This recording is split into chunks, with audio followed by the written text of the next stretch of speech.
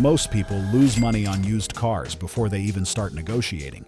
Not because they are stupid, because they shop with their eyes. They chase the badge, the shape, the reputation, the car their neighbor respects. Meanwhile, some of the best cheap cars are sitting on used lots looking boring, forgotten, or almost embarrassing to brag about. Good. That is where the value hides. These are not dream cars. These are not flex cars. These are not the cars people buy to impress strangers in a parking lot. These are the cars smart buyers look at when they care more about fewer repairs than parking lot pride. Some wear dead brand badges. Some carry fleet car baggage. Some look so plain that buyers walk right past them without even asking for the keys. And that is the mistake. After watching enough used car buyers overpay for reputation, you start to notice a pattern. The cars people chase are not always the cars that make the most sense. Sometimes the better buy is the one nobody wants to talk about. Today, we are counting down 12 dirt cheap cars nobody gets excited about. But the right years can run for a longer time if you check the engine, transmission, rust, records, and owner story. We are not buying hype here. We are buying simple machines that work. And number one is the car that proves the whole point of this list. It gives Corolla-style ownership without Corolla pricing. And most shoppers still do not understand why before they spend. Let's get into it. Number 12. Nissan Versa, 2007 to 2011. The Nissan Versa has one big problem. People judge it before they inspect it. Cheap interior, small body, zero status. And because it wears a Nissan badge, a lot of buyers immediately think one thing: CVT trouble. That fear is not completely wrong, but it is also exactly why the right Versa gets overlooked. Here's the part most shoppers miss. I'm not talking about every Versa. The smart play is the 2008 to 2011 Versa S or SL with the 1.8-liter engine. And I would rather see the 6-speed manual or the basic 4-speed automatic than a mystery CVT car. The Versa came with front-wheel drive, a simple inline-4, and different transmissions depending on trim. So the first rule is simple: verify what you are actually buying before you talk price. I have seen this happen with cheap Nissans. A buyer hears the badge, remembers the horror stories, and walks away before checking the one detail that matters. Then that same buyer goes and pays more for a rougher car because the name feels safer. That is how a clean, non-CVT Versa gets ignored. That is also how the deal appears. The reason the right Versa can last is not complicated. Simple weight, simple power, easy service. No turbo, no luxury screens, no complicated hybrid pack. Just a small engine moving a light car. In a shop, these are not exciting jobs. They are brakes, tires, struts, sensors, fluids, and normal wear. That is exactly what cheap transportation should look like. Used prices often sit around $3,000 to $7,000, depending on rust, miles, and transmission. That is the price shock. The car is cheap, not because every version is doomed, but because buyers throw the whole name away. The repair cost logic is simple too.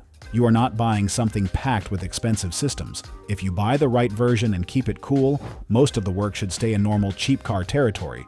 Fluids, brakes, suspension, sensors, and wear items. But cheap only matters if you buy the right one.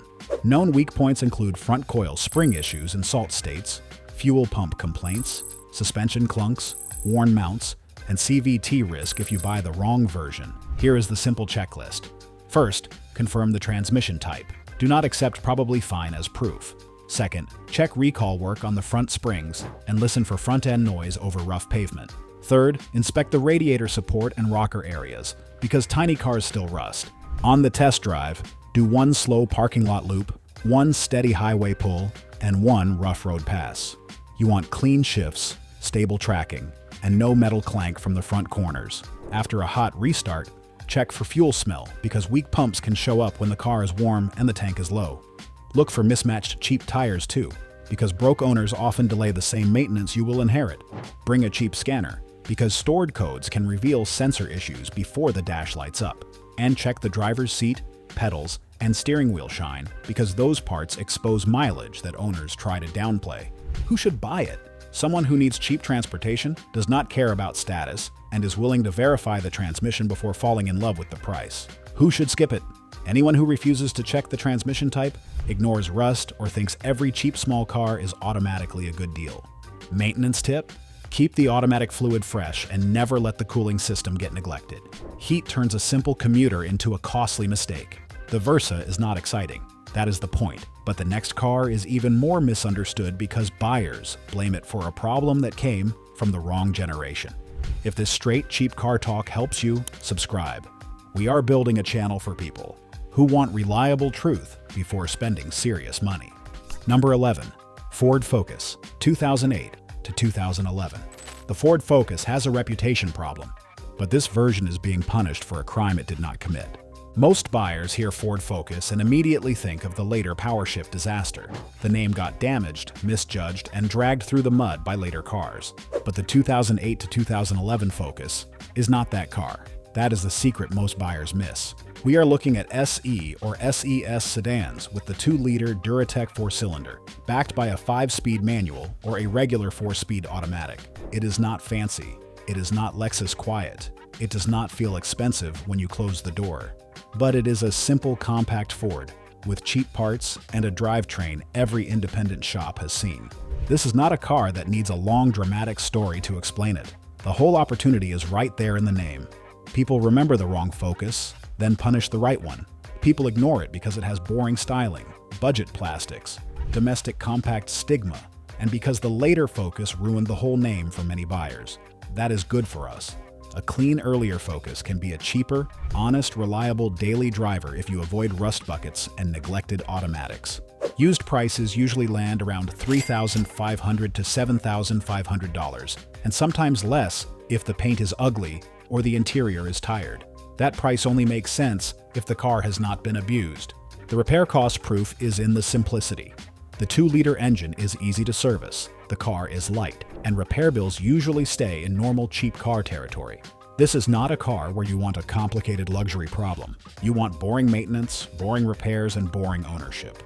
Known weak points include rust around the doors, rockers and rear quarters, engine mounts that cause vibration, suspension noise, ignition parts, window regulators, and worn interior switches. Here is the checklist. Look underneath for rust. Feel for engine shake at idle. Test warm automatic shifts from a stop and while rolling. Test the air conditioning, because cheap cars with weak air turn summer driving into miserable work. Do not get fooled by a shiny stereo, dark tint, or fresh seat covers. We care about coolant color, oil leaks, charging voltage, brake feel, and whether the front tires tell the same story on both sides. A Focus with records and boring ownership can be a decent little mule. A hacked one with warning lights is just another cheap trap. This is for someone who wants a cheap daily driver, understands the difference between this generation and the later PowerShift cars, and is willing to inspect rust and shift quality carefully. Skip it if it is rusty, full of warning lights, or has a neglected automatic that only looks cheap because the problems are already starting. Maintenance tip: keep fresh coolant in it and fix leaks early. Overheating is what kills many basic 4-cylinder cars, not mileage alone. Check the rear drums or discs, brake pedal feel, and parking brake too, because neglected brakes tell you how the owner handled everything else. If the engine runs smooth and the body is solid, this Focus deserves more respect than it gets. But the next car is where badge snobs lose money because they laugh at the logo and miss one of the simplest commuters in this price range. Number 10. Hyundai Elantra, 2007 to 2010. The Hyundai Elantra has an image problem. Old Hyundai jokes have made some buyers blind. The 2007 to 2010 Hyundai Elantra GLS or SE is the kind of plain commuter people skip while chasing Corolla and Civic prices, and that is the opening. The average buyer sees an older Hyundai and thinks cheap in the wrong way. A smarter buyer asks whether this specific generation is simple, clean, and maintained.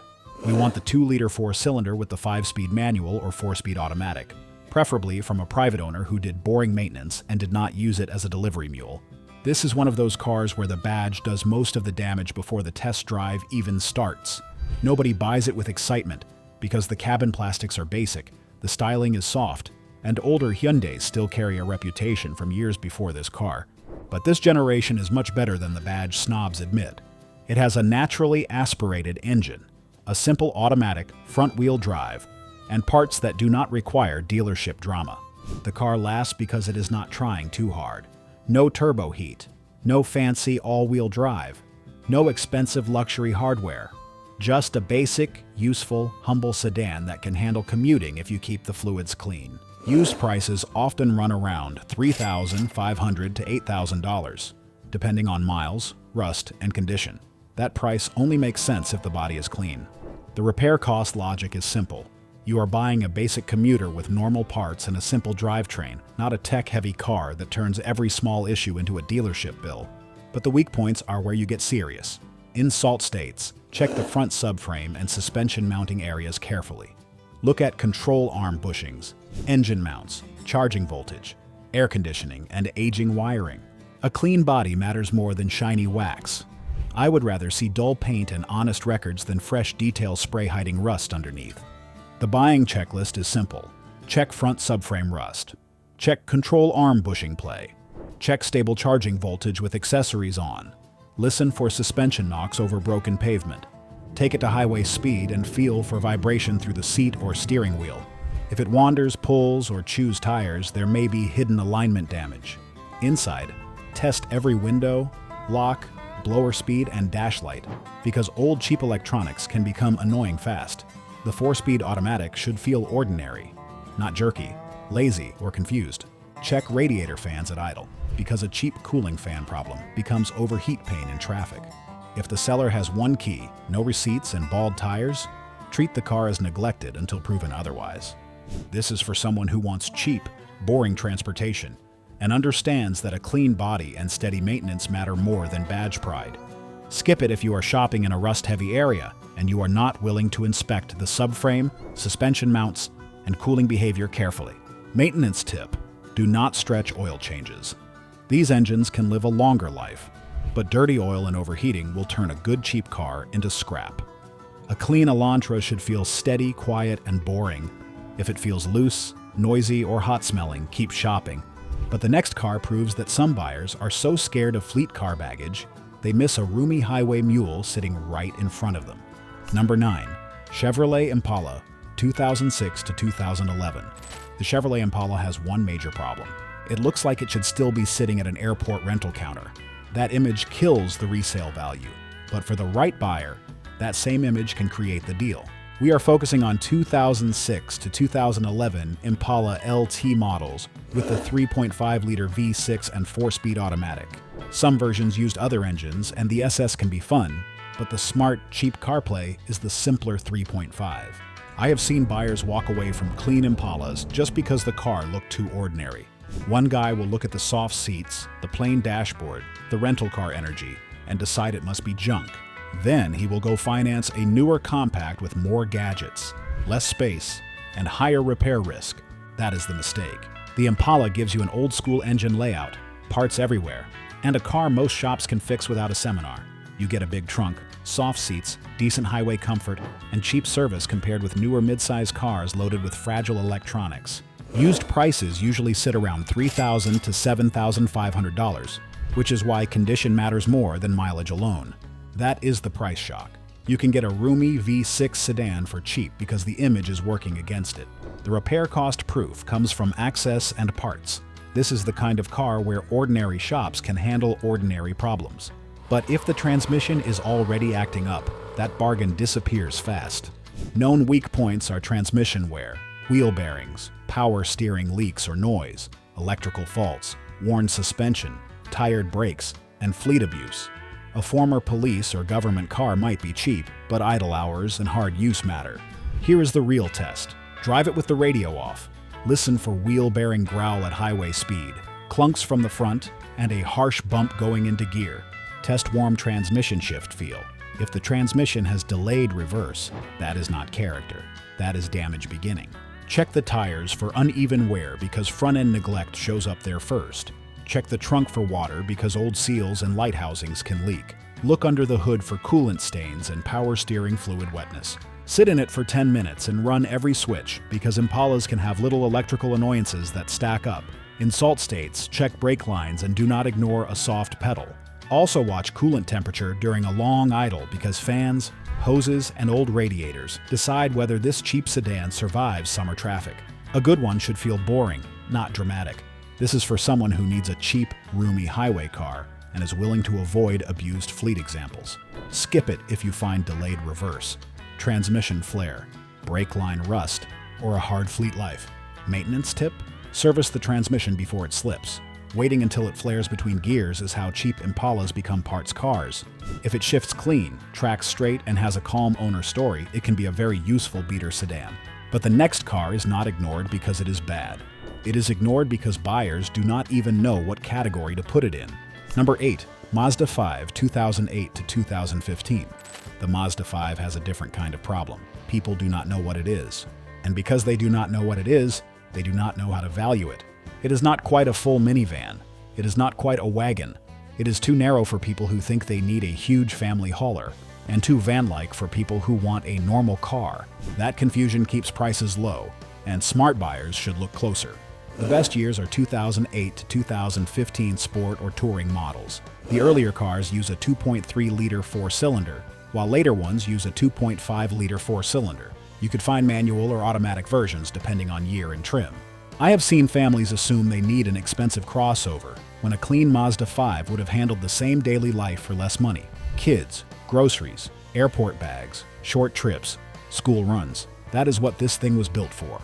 What makes it useful is the Mazda 3 style platform, sliding doors, seating for 6, and a body that is easier to park than a full-size van.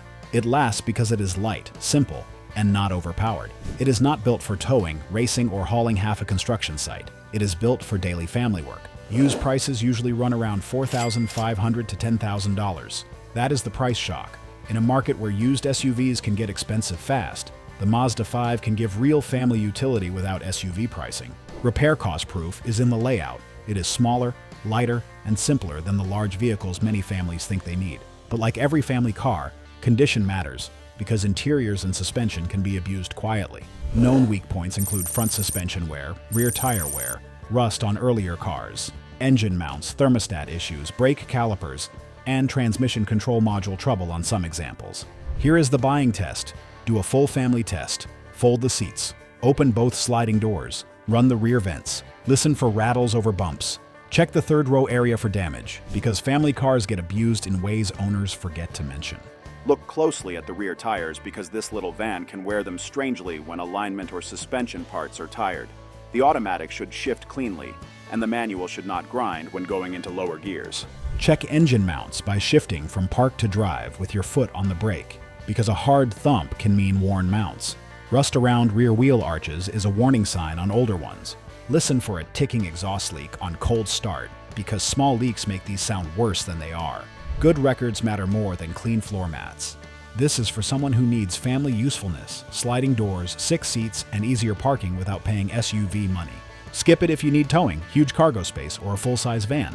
Maintenance tip? Rotate tires often and keep the alignment right. Bad rear tire wear can make this car feel noisy, shaky, and cheaper than it really is. If you need space without SUV prices, the Mazda 5 is a strange, smarter, practical answer. But the next car is the opposite. It is painfully slow, painfully plain, and that is exactly why it refuses to die. Number 7. Toyota Yaris, 2008 to 2011. The Toyota Yaris has a pride problem, not for the car, for the buyer. Small car shoppers often skip it because it feels basic, tiny, and almost too honest. It is not a status car. It is not a highway luxury machine. It is not the car that makes people turn around in a parking lot. It is transportation, and for cheap car shopping, that can be exactly. The best choices are 2008 to 2011 Yaris hatchback or sedan models in base or S trims with the 1.5-liter four-cylinder paired with the 5-speed manual or 4-speed automatic. It makes modest power, but that is part of the reason it lasts. The drivetrain is low stress. The car is light. The tires are cheap. The brakes are cheap. There is no turbocharger, fancy suspension, or luxury nonsense waiting to fail. People ignore it because it is slow, plain inside, tiny on the highway, and less desirable than a Corolla. But the price difference can matter. Used prices usually sit around $3,500 to $8,000, depending on miles, rust, and whether the seller thinks Toyota means gold. That last part matters. Do not let a Toyota badge trick you into overpaying for a neglected car. Repair cost proof is simple. Cheap tires, cheap brakes, low-stress drivetrain, and fewer systems to fail. But simple does not mean indestructible. Known weak points are water pump seepage, belt noise, clutch wear on manuals, peeling clear coat, tired interior plastics, and front suspension wear. The big buying checks are cooling leaks, clutch or automatic behavior, and tire wear that shows alignment history. Take it on the highway because a small car that wanders or vibrates is telling you something. Also check seat tracks, hatch struts, door seals, and blower speeds because small cheap cars get used hard and fixed late. If it has mismatched tires and no oil records, do not let the Toyota badge talk you into it. The Yaris feels light on the highway, so do not mistake normal lightness for looseness. A good one still tracks straight, brakes evenly, and idles smoothly with the air conditioning on. Check the spare tire well for moisture and look at the rear hatch area for rust. These cars are simple, but simple does not mean indestructible. A neglected Yaris is still a neglected car, and paying Toyota tax for one is foolish. If you find one with boring receipts and factory wheels, pay attention. That is usually the owner story we want, not loud exhaust and stickers. Do one hill climb if you can because weak clutches and tired automatics show themselves under load. If it stays smooth and cool, the little Toyota is doing its job.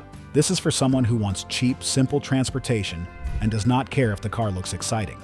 Skip it if you need space, power, highway comfort, or a car that feels substantial on long drives. Maintenance tip: replace coolant and fix water pump seepage early. Heat is the enemy. Keep it cool, keep the oil clean, and this little thing can run longer than many bigger cars people brag about. But the next car shows how many people overpay for badges instead of buying the simple sedan that actually makes sense. Subscribe if you want smarter used car picks without dealership smoke. We compare price, repairs, comfort, and ownership before the badge wins. Number 6. Ford Fusion, 2010 to 2012. The Ford Fusion has the same problem many good cheap cars have. It is boring, common, honest, and easy to ignore. This Fusion quietly does the job while flashier sedans steal attention. We want 2010 to 2012 Fusion, SSE, or SEL models, with the 2.5-liter four-cylinder, not rough V6 cars with mystery service. You could find a 6-speed manual or 6-speed automatic, and the simple four-cylinder setup is the one I trust most for cheap ownership. Nobody gets excited because it looks plain. The cabin feels average, and Ford fleet history scares people who still think every old domestic sedan is junk. That fear helps the buyer. Parts are everywhere. Shops know the platform. Diagnosis is usually simple instead of painful. When these come in with the 2.5-liter engine, the engine is usually not the first thing that makes me nervous. I want to know 3 things. Does the transmission behave? Does the steering assist work properly? And is the body hiding rust? If those pass, the car usually still has useful life left. Used prices usually land around $3,500 to $9,000, depending on miles, rust, trim, and records. That is the price shock. A clean Fusion can sit cheaper than the badge-heavy cars people trust automatically. Repair cost proof comes from familiarity. This is not a rare car, not a complicated luxury sedan, and not something most shops are afraid to touch. But if the transmission, steering, or rust story is bad, that discount is fake. The weak points are power steering concerns, throttle body complaints, harsh shifts, suspension noise, climate issues, swollen lug nuts, and tired mounts. The checklist is direct. Check steering assist in a parking lot. Test warm transmission shifts. Scan for throttle body codes. Then drive it at 65 miles per hour and feel for vibration, wandering, or front-end clunks. Look under the doors and rockers for rust, because clean paint can hide crusty metal. Run the heat and cold air, because a cheap sedan with bad climate control becomes miserable fast. Check the tires, because cheap tires on all 4 corners usually mean the owner was cutting costs everywhere else. Pop the hood after the drive and smell for coolant or burnt oil. Look at the coolant tank, battery cables, belt noise, and any wetness around the valve cover. The 2.5 can feel smooth and durable when it has been serviced, but neglected fluid makes any old car feel tired. This is for someone who wants a cheap mid-size sedan, common parts, and a simple 4-cylinder setup. Skip it if you see harsh shifts, steering warnings, rust underneath, or a shaky idle that the seller tries to explain away. Maintenance tip: change transmission fluid on schedule. Ignore that service, and the cheaper sedan turns costly. If it shifts smooth, tracks straight, and has boring receipts, this Fusion is a smarter buy than most badge shoppers admit. Ask why it is cheap, because the answer matters. If it is cheap from ugly paint, fine. If it is cheap from a hot transmission, shaking idle, or steering warning, that discount is fake. I like private owner cars with normal wheels, matching tires, and a glove box full of receipts. That boring paper trail beats any wax job. But now we get to a grandpa sedan with one of the most loved V6 engines in the cheap car world, and buyers still pass it because they care too much about looking cool. Number 5. Buick LeSabre, 2000 to 2005. The Buick LeSabre has an image problem so strong that it almost becomes a discount code. It looks like it belongs outside a bingo hall. And that is exactly why it stays cheaper, softer, and strangely valuable. This is not the car you buy to impress anyone at a stoplight. This is the car you buy when you want a sofa, a big trunk, and an engine your local mechanic already understands. We like 2000 to 2005 custom or limited models, especially civilian cars owned by older drivers who kept receipts and did not beat the car cold. Under the hood is the 3.8-liter Series 2 V6 with a 4-speed automatic, one of those GM engines every neighborhood mechanic has touched 100 times. A lot of buyers laugh at these cars until they actually ride in a clean one. Then they understand why older owners kept them so long. The car is not cool, but it does not need to be. It is soft, roomy, simple, and cheap to keep alive if you buy the right one. People avoid the LeSabre because it has grandpa styling, a floaty ride, dull colors, and zero parking lot pride. Fine by me. That boring image keeps prices around $3,000 to $7,000, while the car gives big seats, a quiet highway ride, and simple repair access. Repair cost proof is in the engine and layout. It lasts because the engine is understressed, parts are cheap, and the layout is easy to service. But cooling issues can ruin the whole deal, so you still inspect carefully. Known weak spots are intake gasket or coolant seepage, power windows, HVAC mode doors, brake lines, suspension wear, rusty rockers, and tired engine mounts. The checklist starts with the coolant level and smell. If you smell sweet coolant or see wet stains around the intake, price it like a repair, not a promise. Next, test every window and every HVAC mode because mode door trouble can make winter annoying. Third, inspect brake lines and rocker panels, especially in salt states. On the road it should float gently, shift smoothly, and idle steadily. If it bucks, overheats, or the transmission slips when warm, walk away. Look at the rear struts, front control arms, tires, and brake pedal feel, because big soft sedans hide worn parts until the highway gets rough. Check the trunk for water, test the radio, and make sure the blower changes direction when you ask. A LeSabre with low miles but old coolant can still be risky. A higher mile one with records can be safer. This is for someone who wants cheap comfort, space, and a simple V6 that local shops understand.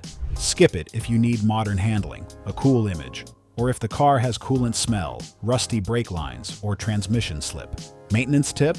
Keep coolant fresh and fix seepage early. Overheating ruins the whole cheap Buick plan. A clean LeSabre is not cool, but it gives comfort, space, and reliable miles for less than many worn compacts. I also like to see plain tires, stock wheels, and an owner who can explain when the coolant was changed. If the car has fresh perfume, wet carpet, and fogged windows, slow down. Water leaks and heater core smells can turn an easy cruiser into a stinky, frustrating mess. But the next one looks like a cartoon box, and that is exactly why people miss one of Toyota's cheapest long-life tools. Number 4. Scion XB, 2004 to 2006. The first Scion XB has a shape problem. It looks goofy, square, and almost cartoonish, but the drivetrain is no joke. The mistake is judging it like a weird little box instead of judging it like a cheap Toyota tool. We want 2004 to 2006 first-generation cars, preferably stock-base models, not hacked tuner builds with cut springs, loud exhaust, and mystery wiring. Under that little box is Toyota's 1.5-liter 1NZFE, 4-cylinder with either a 5-speed manual or a 4-speed automatic. It is slow, sure, but slow is not always bad. Slow means low stress, cheap tires, cheap brakes, and fewer parts being punished. This is where the short version is enough. If the car is stock, clean, and dry inside, it deserves a look. If it has cut springs, hacked wiring, loud exhaust, and mystery modifications, the bargain disappears. People ignore it because the shape is weird. Scion confused some buyers, the acceleration is modest, and many examples were customized badly when they were cheap. That is where careful shoppers separate the good ones from the trash. Used prices usually run around $4,000 to $9,000, though clean, low-mile cars can get silly. Repair cost proof is in the simplicity. It is basically a lightweight Toyota box with an unstressed engine, simple transmission choices, and no luxury systems waiting to fail. Known weak points include paint fade, exhaust leaks, wheel bearings, power steering pump noise, manual transmission wear, valve cover seepage, belt noise, and tired suspension. Buying checklist: avoid hacked suspension, check clutch or automatic shift feel, and inspect rust plus accident repairs. Check the rear hatch area too, because boxy cars can collect leaks and rattles. A good XB should feel light, direct, and stable, not loose or clattering. If the steering whines, the clutch grabs high, or the tires show weird wear, use that as negotiation or leave. Check seat mounts, door seals, spare tire well, and windshield edges, because cheap little boxes often live outside and bake in the sun. Watch for stereo wiring shortcuts under the dash. A hacked sound system can create annoying electrical problems that nobody wants to chase. This is for someone who wants Toyota simplicity, cheap running costs, and practical space in a small, easy-to-park package. Skip it if you cannot find a stock example or if the car has hacked wiring, cut springs, mystery modifications, or serious rust. Maintenance tip: keep valve cover leaks and belt noise handled early. Small Toyota engines tolerate mileage, but they hate neglect. Change oil on time, keep coolant clean, and do not run cheap filters forever. This little box may look silly, but for the right buyer, it is practical and tough. Do not overpay just because it has Toyota blood. Some sellers ask Corolla money for a tiny box with faded paint and worn seats. The value is in clean condition, not internet hype. If the suspension is stock, the fluids look clean, and the cabin smells dry, then we start talking. But the next car is bigger, smoother, and gives the kind of Lexus-style comfort people usually pay thousands more to get. Number 3. Toyota Avalon, 2005 to 2012. The Toyota Avalon has one problem. People think it is an old person car. That mistake keeps it interesting. The Avalon is the cheap luxury sedan for people who stopped caring what the neighbor thinks and started caring about comfort, silence, and value.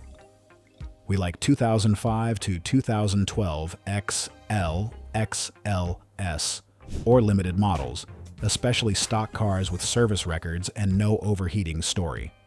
The engine is the 3.5-liter 2 GR-FE V6 with a conventional automatic, and that combo gives strong highway pull without feeling stressed. I have seen this one change buyers' minds in real time. They show up wanting a Lexus ES because they want comfort and Toyota family trust. Then they sit in a clean Avalon, take it onto the highway, hear how quiet it is at 70 miles per hour, and suddenly the Lexus badge starts looking expensive. That is the Avalon trick. It does not need to impress you from the sidewalk. It wins when you drive it. People ignore the Avalon because it looks old, the large sedan market is dead, and many buyers chase Lexus ES badges instead. That is their problem.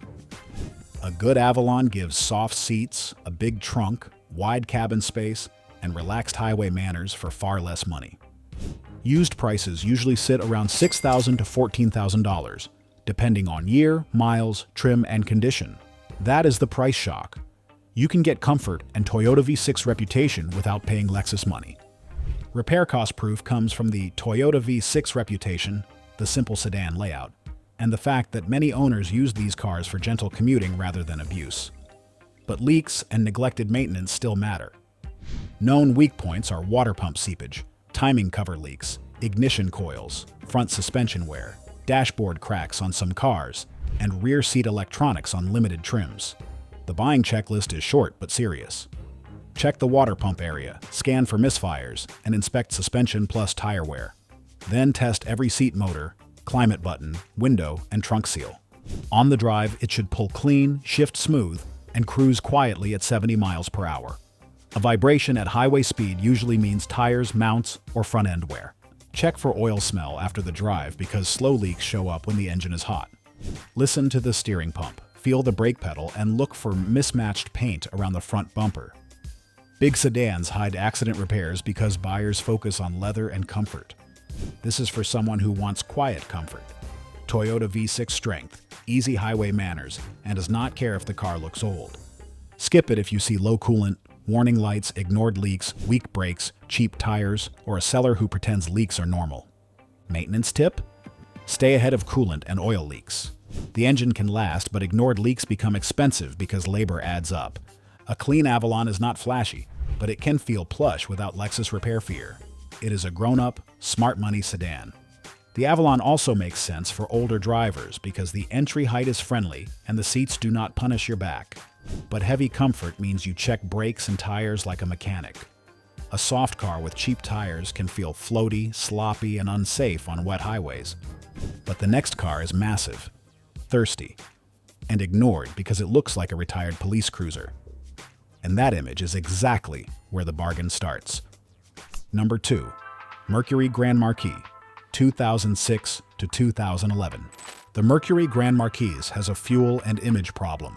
It is not stylish, not modern, not fuel-sipping, but it might be the cheapest, softest, toughest couch on wheels that still survives.